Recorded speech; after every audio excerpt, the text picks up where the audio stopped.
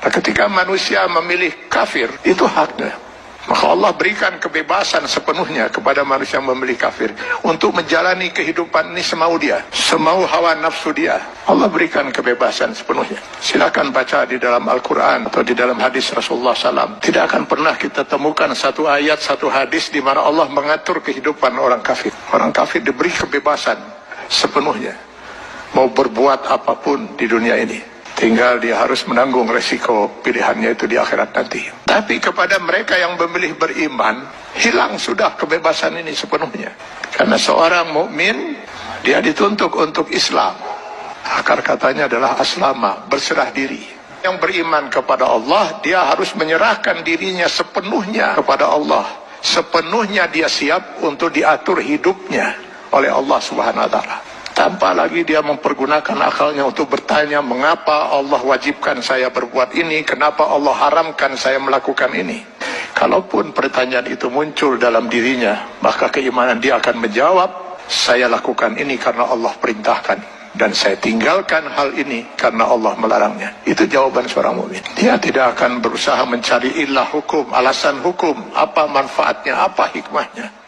Karena keimanannya akan mengatakan, semua yang diperintahkan Allah pasti ada manfaatnya. Dimengerti atau tidak dimengerti oleh akal dia. Semua yang dilarang Allah pasti ada mudaratnya.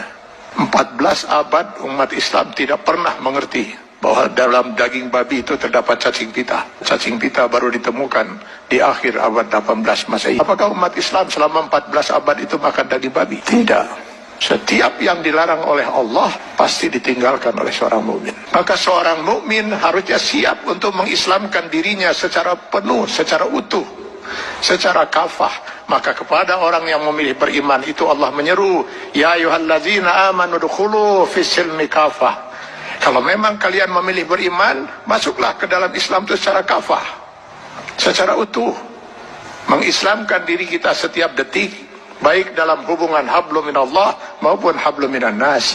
Itulah sebabnya Allah menurunkan 6.666 ayat Al-Quran, yang sebagian dari ayat Al-Quran ini dijelaskan oleh kurang lebih 5.000 hadis Rasulullah SAW.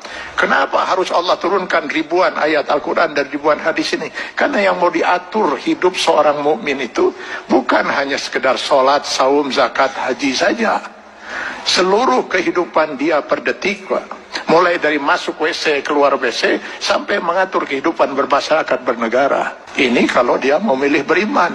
Kalau tidak mau diatur hidupnya, jangan milih beriman, milih kafir. Pada orang-orang yang berfaham sekularisme, liberalisme,